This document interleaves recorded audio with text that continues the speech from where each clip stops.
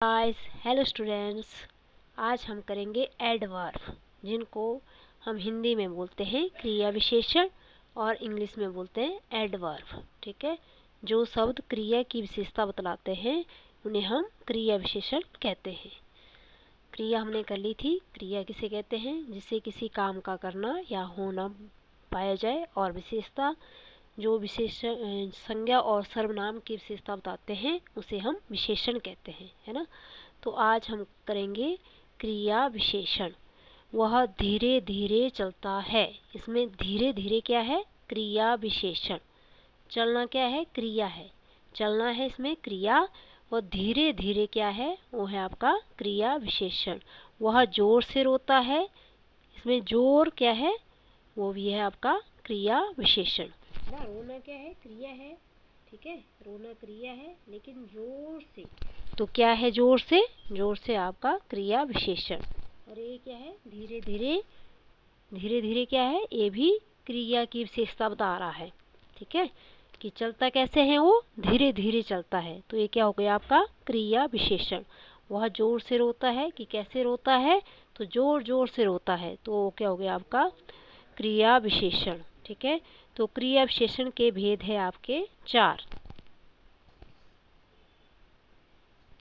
स्थानवाचक, कालवाचक, परिमाणवाचक और रीतिवाचक। ये आपने ढंग से याद करने हैं कि 4 भेद कौन कौन से हैं। वो हैं आपके स्थानवाचक, कालवाचक, परिमाणवाचक और रीतिवाचक। स्थानवाचक में क्या आएगा? यहाँ, वहाँ, है ना। स्थान का वर्णन किया, जहाँ पे स्थान का, जिन शब्दों के द्वारा जो है क्रिया की स्थान का वर्णन किया जाए, वहाँ आपका स्थानवाचक क्रिया विशेषण आएगा। जैसे यहाँ, वहाँ, कहाँ, जहाँ, ठीक है, नीचे।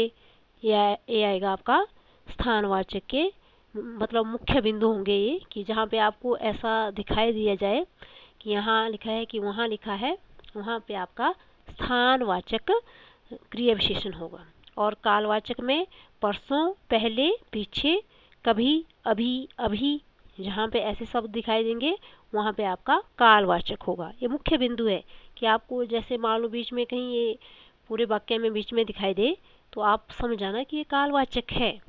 आगे है परिमाणवाचक। इसमें बहुत अधिक, सर्वथा, कुछ, थोड़ा।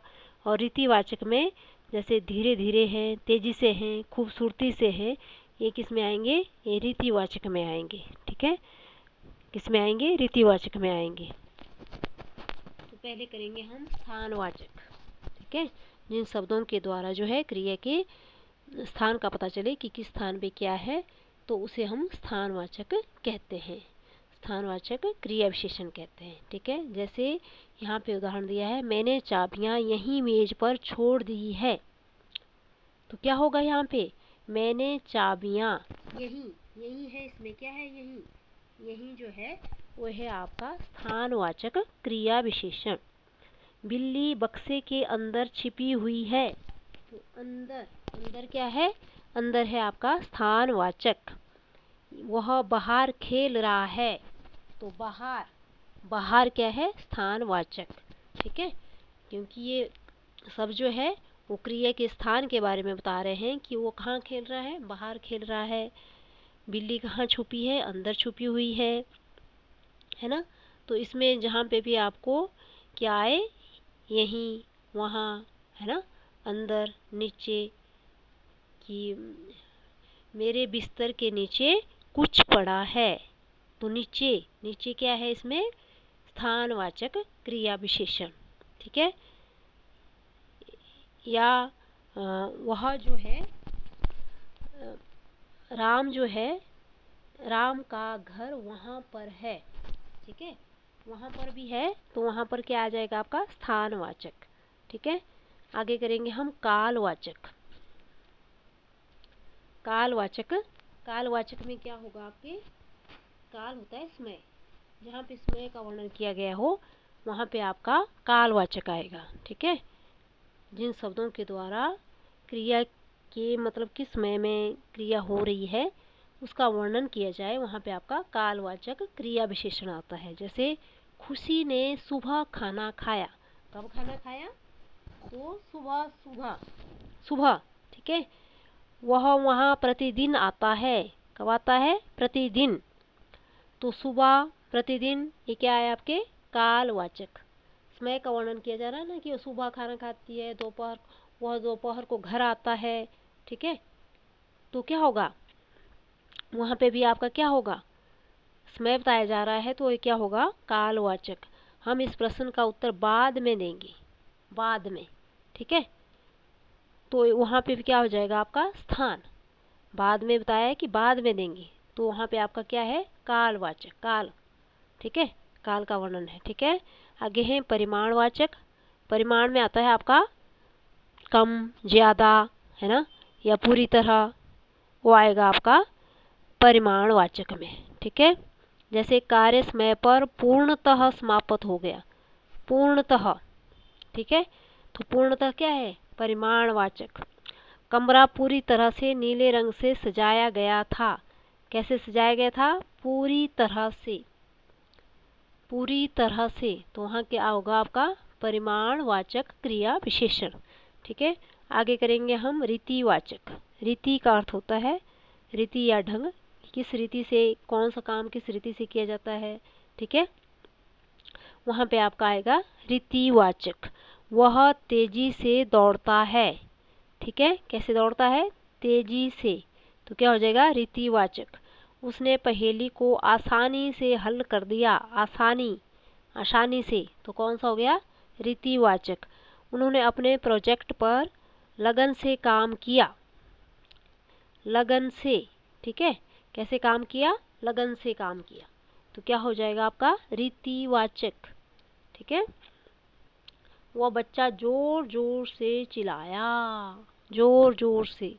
ठीक है, तो रीतिवाचक मतलब किसी काम को करने में पूरी तरह से समर्पित होना, वो आपका रीतिवाचक में आएगा। ठीक है, थोड़ा सा नीचे और समझ लेते हैं ताकि आपको पूरी तरह से समझ आ जाए कि कौन कहाँ पे आता है।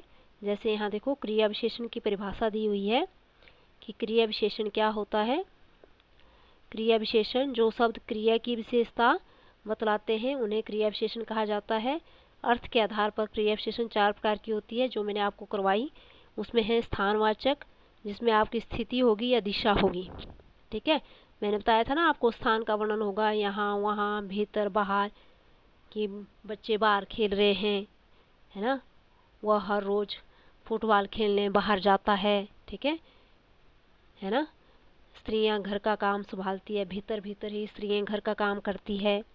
ठीक है, यहाँ वहाँ होगा, तो वहाँ पे आपका क्या होगा? स्थानवाचक होगा। और दिशा भी बताई होगी, इधर उधर बाएं दाएं। ठीक है, तो वो भी आपकी स्थानवाचक में ही आएगा कि बच्चा जो है वो पड़ोस के इधर खेलने जाता है, तो क्या है? स्थान है। ठीक है, या दाएं बाएं, कि वो हमेशा सड़क में हमेशा बोलते हैं ना बाईं ओर चलो, तो वहाँ पे भी आपका स्थानवाचक क्रिया विशेषण होगा। और कालवाचक में आपका आएगा, कालवाचक में आएगा समय, है ना, समय। मैंने बताया ना काल समय होता है, तो आज, कल, अभी, तुरंत, है ना। अवधिवाचक रात भर, दिन भर, आजकल, नित्य। समय में काल में ही आएंगे, आपका समय का वर्णन होगा या अवधि बताएंगे कि वह रात भर काम करता रहा, है ना, वह दिन भर भूखा रहा, है ना। या फिर हम आजकल समय पर, बच्चे आजकल समय पर स्कूल नहीं आते हैं, तो वहाँ पे आपका क्या गिना जाएगा? वो आपका कालवाचक गिना जाएगा। ठीक है, हर बार, कई बार, प्रतिदिन। ठीक है, तो ये किस में आएंगे? आपकी कालवाचक में आएंगे। आगे है आपका परिमाणवाचक। परिमाणवाचक में क्या आएगा? जैसे इसमें दिया है अधिकता बोधक, कि अगर दिया जाए बहुत ज़्यादा है, खूब है, अत्यंत है, अति है, ये सब किसके प्रतीक है? ज़्यादा के प्रतीक है। कि कह दिया जाए कि वह बहुत ज़्यादा खाना खाता है। ठीक है, तो बहुत ज़्यादा क्या हो जाएगा इसमें? बहुत ज़्यादा आपका परिमाणवाचक हो जाएगा, कि परिमाण बताया जा रहा है कि वो बहुत ज़्यादा खाना खाता है ना। और वह बारिश बहुत ही ज़्यादा हो, बाहर बारिश बहुत ज़्यादा हो रही है। ठीक है, तो इसमें क्या होगा आपका परिमाणवाचक क्रिया विशेषण, है ना। या फिर इसमें न्यूनता बताई जाएगी कि जरा, किसी वाक्य में, ठीक है, जरा का प्रयोग होगा, या थोड़ा, या किंचित, या कुछ, है ना। तो वहाँ पे आपका परिमाण होता ही ऐसा है कि जहाँ पे ज़्यादा बताया जाए या कम बताया जाए, है ना, तो वहाँ पे आपका क्या आएगा, परिमाणवाचक। कई बार जैसे ये शब्द यूज कर लिए जाते हैं, जैसे कम, अधिक, इतना, उतना, है ना, बारी बारी, तिल तिल, थोड़ा थोड़ा, तो ये किस में आएंगे, आपके परिमाणवाचक में। ठीक है, ये ध्यान रखना है आपने कि परिमाणवाचक में जैसे बहुत ज़्यादा, कम, है ना, काफ़ी, पर्याप्त बोधक, या तुलना वाले शब्द हो, कम, अधिक, इतना, उतना, तो उसमें आपका क्या आएगा, परिमाणवाचक क्रिया विशेषण। आगे है रीतिवाचक। रीति में क्या आएगा आपका,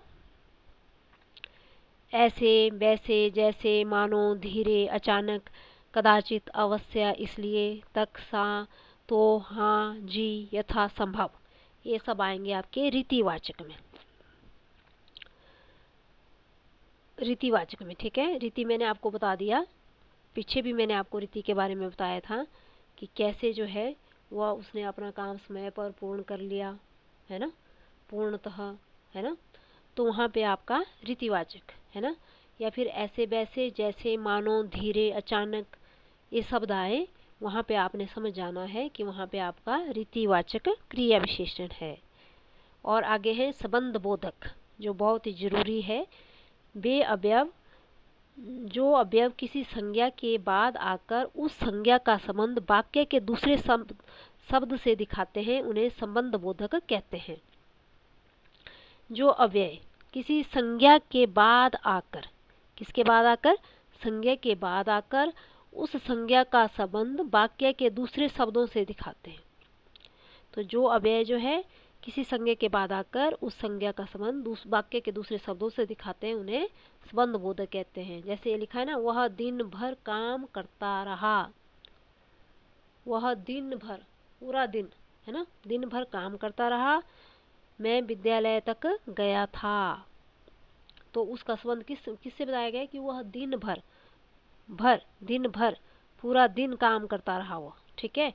तो ये संबंध बोधक अव्यय है, ठीक है। मैं विद्यालय तक गया था, तो ये भी संबंध बता रहा है कि मैं विद्यालय तक ही गया था, आगे नहीं गया था, विद्यालय तक ही गया था।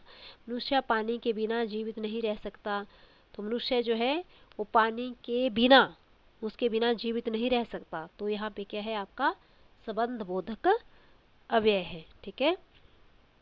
तो आपने इतना कर याद रखना है कि क्रिया विशेषण क्या है, उसके कौन कौन से भेद हैं, है ना, और हम उसे कैसे पहचानेंगे, वो मैंने आपको पूरा विस्तार से इस टॉपिक में बता दिया है, ठीक है। Please my video like, share and subscribe. Okay, bye.